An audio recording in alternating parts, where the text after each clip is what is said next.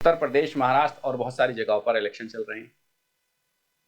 मैदान में बहुत सारे लोग हैं। एमआईएम पार्टी के भी काफ़ी सारे लोग मैदान में हैं। 15 सीटें महाराष्ट्र में हैं और कुछ सीटें उत्तर प्रदेश में भी हैं। बाई इलेक्शन चल रहा है। मीरापुर की विधानसभा से भी हमारे अरशद राणा साहब और कुंदरकी से इलेक्शन लड़ रहे हैं एमआईएम पार्टी के कैंडिडेट। प्रचार जोरों पर है।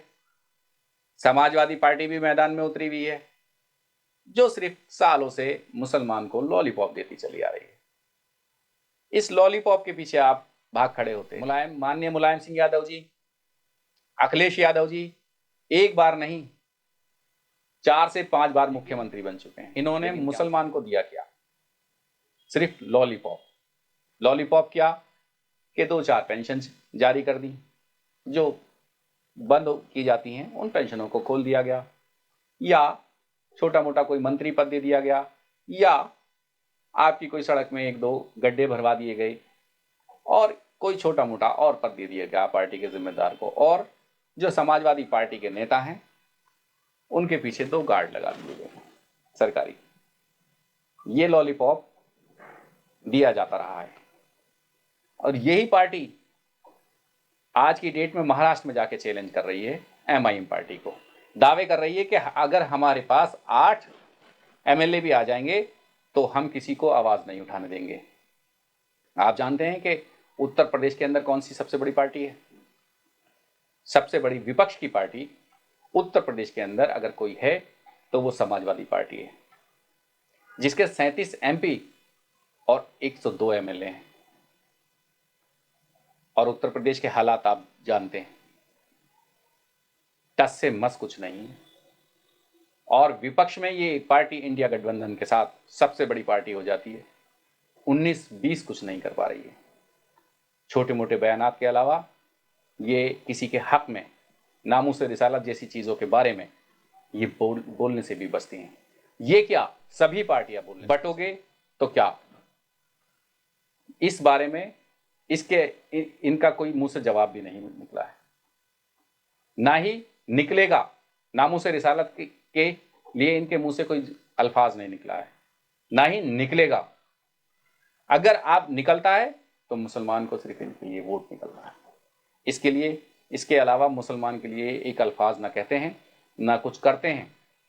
छोटे मोटे, जो मैं बता चुका हूं, छोटी मोटी चीजें देकर के आपको बहका रहे हैं। मेरे भाई, मेरे दोस्त, मेरे बुजुर्ग, मेरे साथी, मेरी माओ, मेरी बहनों, आपको इसको समझना होगा।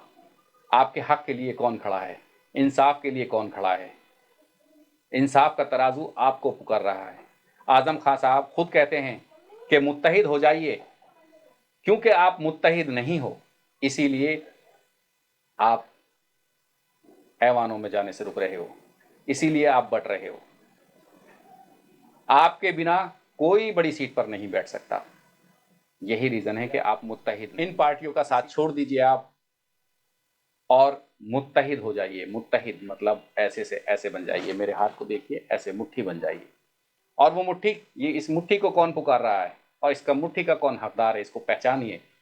बैरिस्टर असदुद्दीन ओवैसी साहब आपको पुकार रहे हैं, आपकी आवाज बराबर उठा रहे हैं, इंसाफ की बात बराबर कर रहे हैं, हक की बात बराबर कर रहे हैं। बैरिस्टर असदुद्दीन ओवैसी साहब आपको ऐवानों में देखना चाहते हैं, आपको नेता बनाना चाहते हैं। नारे तो आप रोज सुन रहे होंगे, लेकिन मैं भी ये कहता हूं कि बटोगे तो हारोगे, कमजोर पड़ोगे, बिना शिक्षा के रहोगे, इंसाफ से दूर रहोगे, हक से दूर रहोगे। मुत्तहिद होगे, जीतोगे, इंसाफ मांग सकोगे, इंसाफ ले सकोगे, अपने सर पे एक साया पा सकोगे। सच बात यह है कि हिंदुस्तान का मुसलमान के सर पर सही साया ही नहीं। आप जब तक मुत्तहिद नहीं होते हो, मैं ये मानता हूं कि आप जबान से चाहे कुछ भी कहते रहो, आप किसी को अपना नेता नहीं मानते। मेरे भाई, मेरे बुजुर्गों, मेरे दोस्तों, अगर आपके पास कोई नेता, बेहतरीन नेता है, तो वो एक ही है, बैरिस्टर असदुद्दीन ओवैसी। एक हो जाइए, एक हो जाइए। अगर आपको आज की डेट में इंसाफ चाहिए तो आपको मुत्तहिद होना पड़ेगा। आपके सामने किसी भी तरह का कैंडिडेट हो, कोई भी कैंडिडेट हो, चाहे वो हिंदू, मुस्लिम, सिख, ईसाई, कोई भी हो, आपको केवल एक चेहरा याद रखना है, जिसका नाम है बैरिस्टर असदुद्दीन ओवैसी। इस चेहरे पर आपको वोट देनी है, इनके लिए वोट देनी है और इनको अपना नेता मानना है।